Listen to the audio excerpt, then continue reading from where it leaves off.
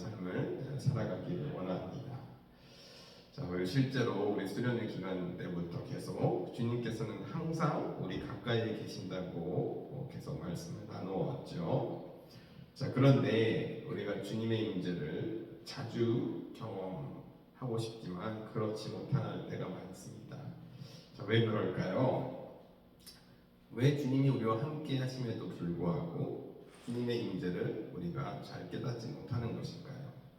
다른 이유가 아니에요. 우리의 코드가 주님의 코드와 잘 맞지 않기 때문입니다.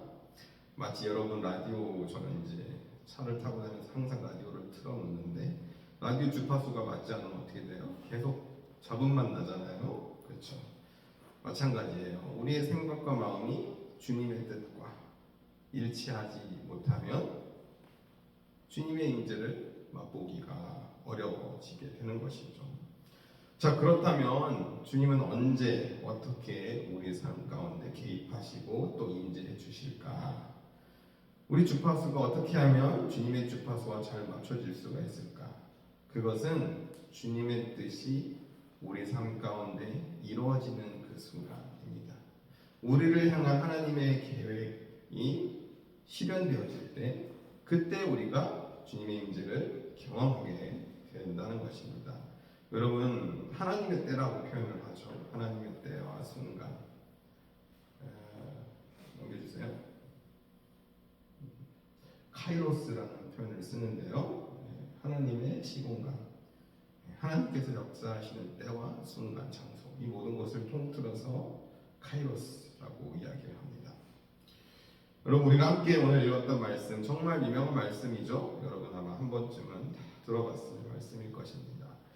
야곱이 이제 형 에서 아버지까지 속였죠. 이삭도 속이고 형 에서도 속이고 축복을 속여서 가로챕니다.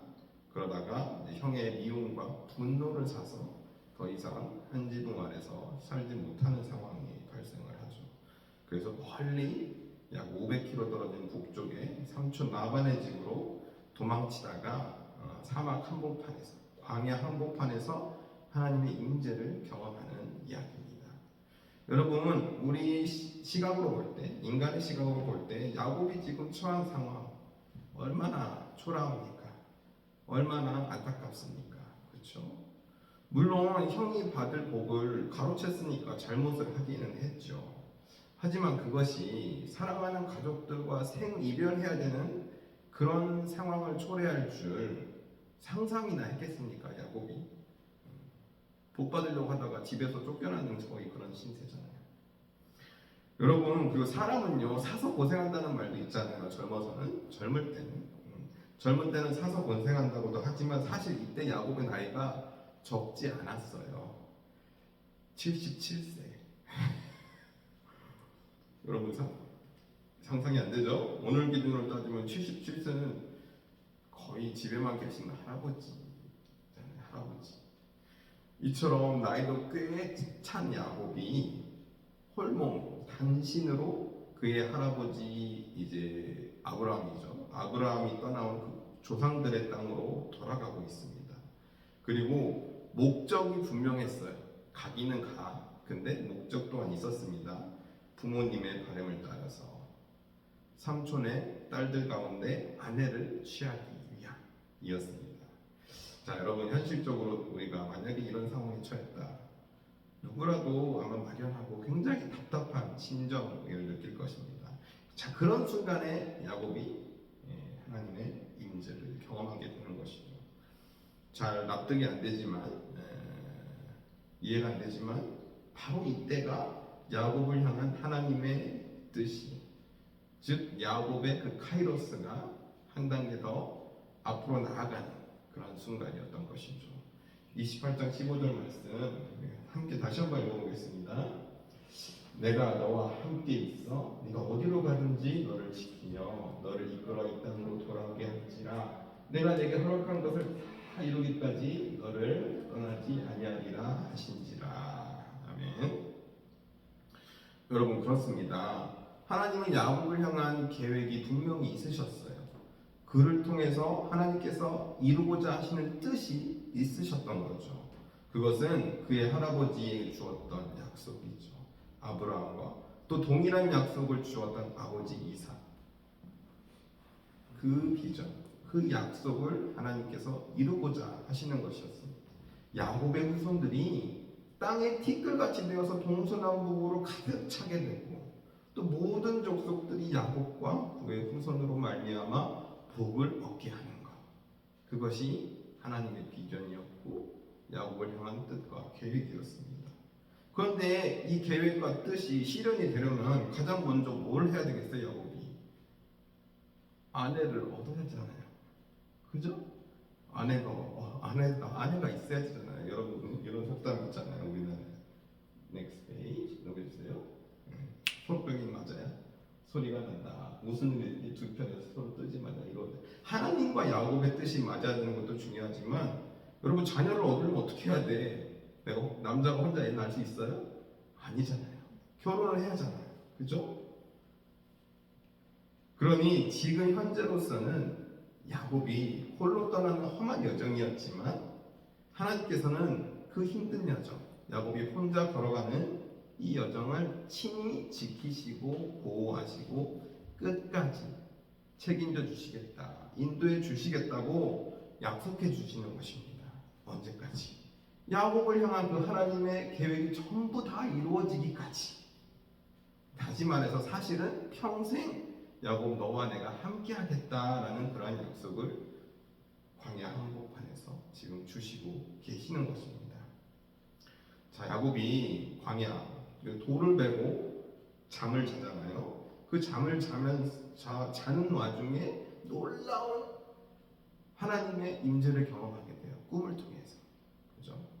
천사들을 보게 되는데 천사들이 하늘과 땅을 연결하고 있는 이 사다리를 부지런히 오르락 하는 장면을 보게 된 것입니다. 하나님의 나라, 그렇죠? 하늘이죠. 와 세상 사이에서 하나님께서 쉬지 않고 일하시는 장면을 보았던 것입니다.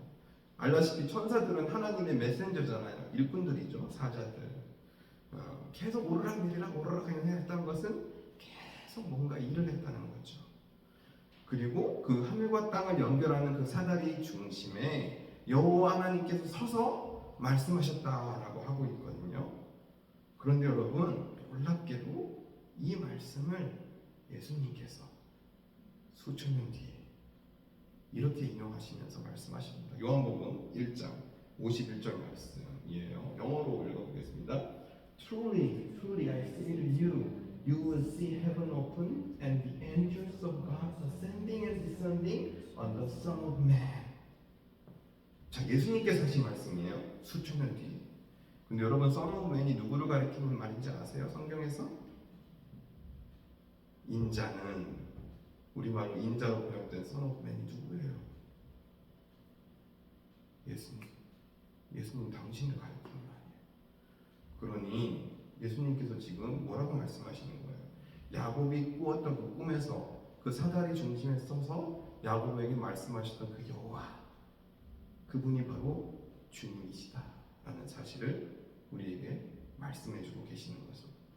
하늘과 땅을 연결하는 그 중심에 주님이 서 계시다는 말이에요. 죄로 말미암아 나뉘어진 하늘과 땅의 그 간극들이 주님으로 말미암아 연결되어지고 있고 주님을 중심으로 부지런히 천사들이 오르락 내리락 하면서 일하고 있다는 것입니다. 여러분 이쯤에서 우리가 생각나는 기도가 있어야 돼요. 어떤 기도가 생각나야 되겠어요? 맨날 하는 기도, 주기도문. 마태복음 6장 10절 말씀입니다. 하나님 나라가 임하옵시며 뜻이 하늘에서 이룬 것 같이 땅에서도 이루어지다.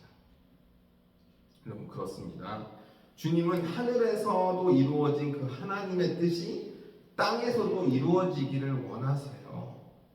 그래서 쉬지 않으시면서 수많은 천사들을 동원해서 지금도 일하고 계시다는 것입니다. 언제까지?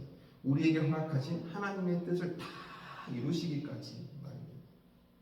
야곱을 향한 그 주님의 계획과 뜻이 다 이루기까지 그와 평생 동행해 주셨듯이 주님은 오늘날 우리 각 사람을 향한 뜻과 계획을 분명히 가지고 계십니다. 여러분 한 사람 한 사람을 위한 뜻과 계획이 있으세요. 우리가 이를 믿음으로 붙들어야 합니다. 우리를 향한 주님의 뜻과 계획을 이루기까지 주님은 평생토록 우리와 함께 동행해 주실 것입니다. 그러니 우리를 향한 그 하나님의 놀라운 뜻과 계획들, 그것이 무엇인지 아직 잘 헤아리지 못한다 할지라도 알고자 우리는 부단히 노력도 하고 또 강구해야 될 것입니다. 그래야 우리가 참으로 복된 삶을 살아갈 수 있습니다. 여러분, 그래서 우리에게 필요한 것이 바로 이 훈련이에요. 요 훈련. 하나님의 임재를 경험하는 훈련, 연습이 필요합니다.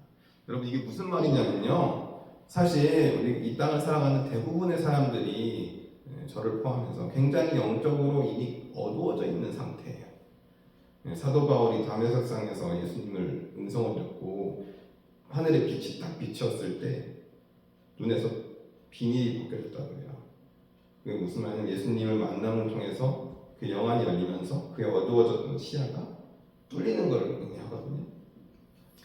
대부분의 사람들이 주님을 모르고 살아가는 세상에 많은 사람들이 사실 영적 눈이 어두운 거죠. 가려져 있는 상태예요.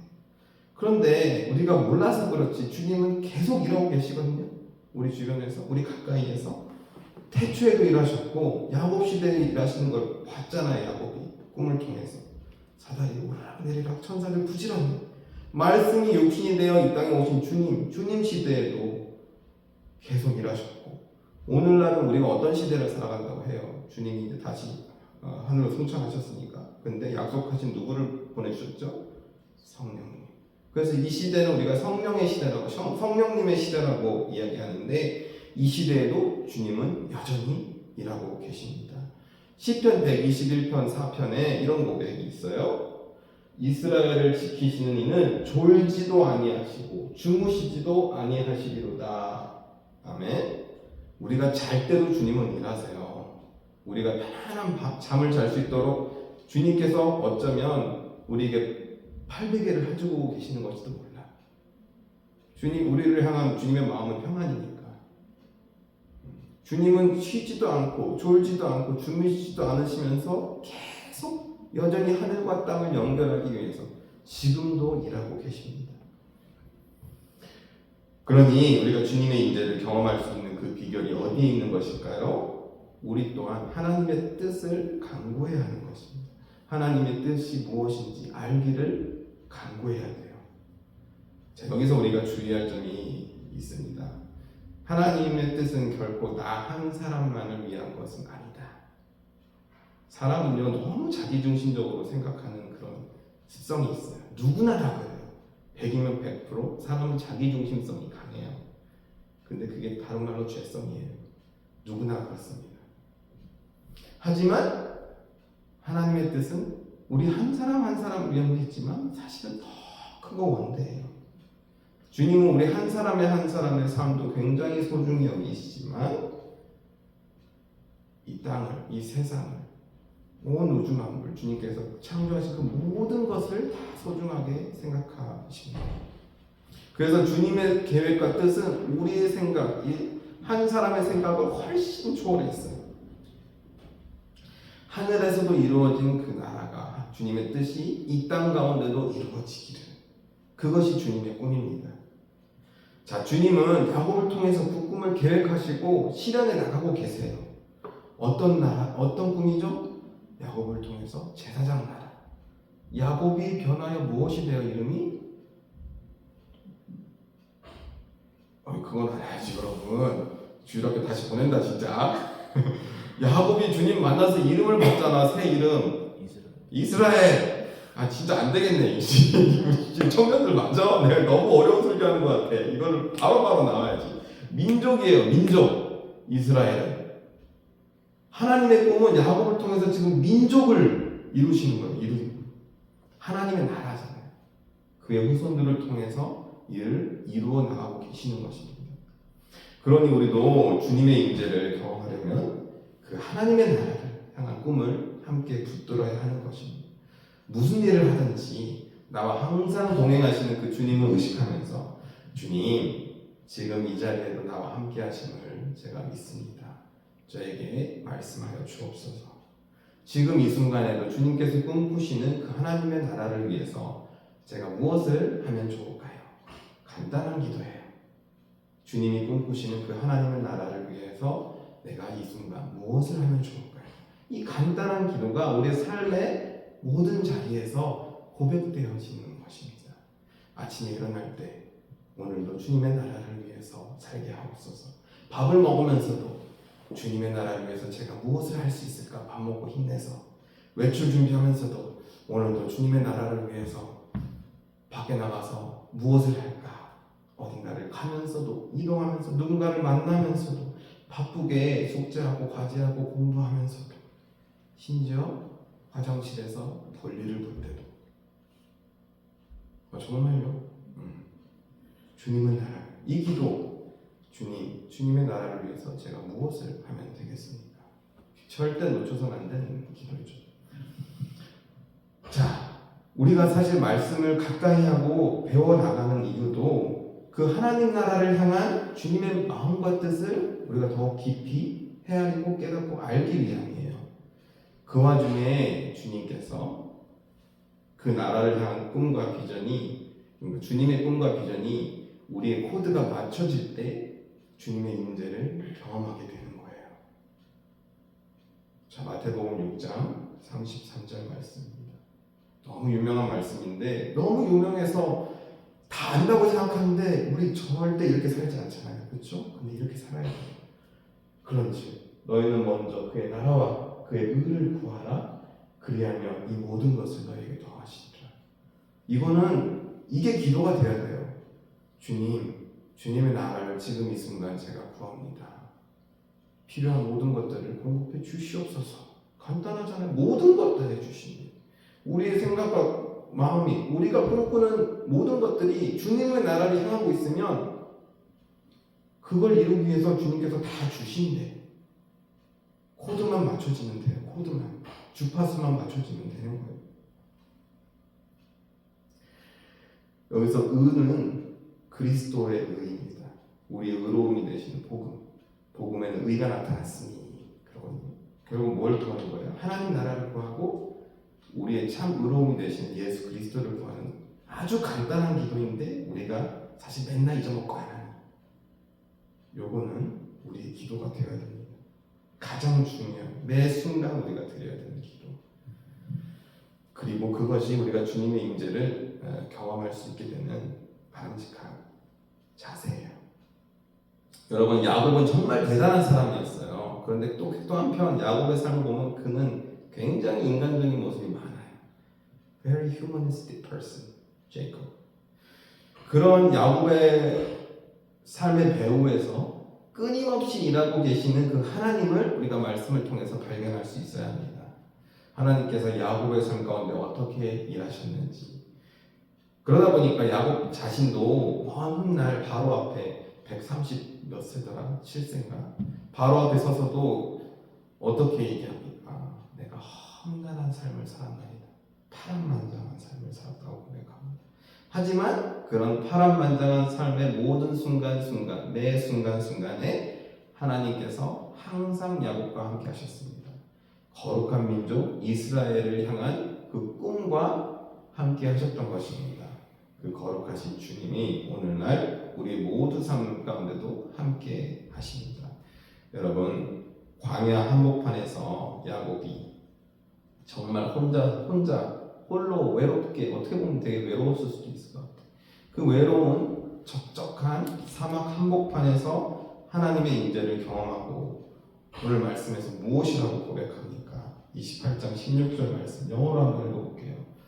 When Jacob awoke from his sleep, he said, Surely the Lord is in this place, and I did not know it.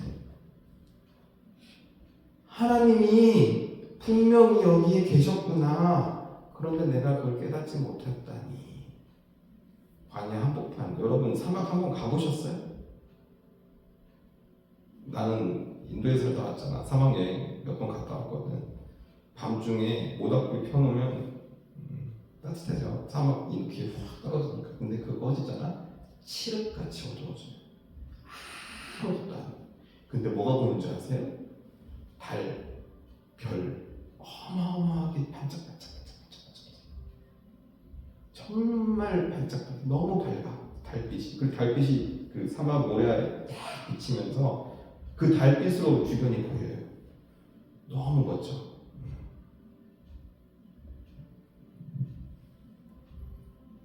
그런 곳에서 주님을 만났어요. 야곱이. 대단하죠?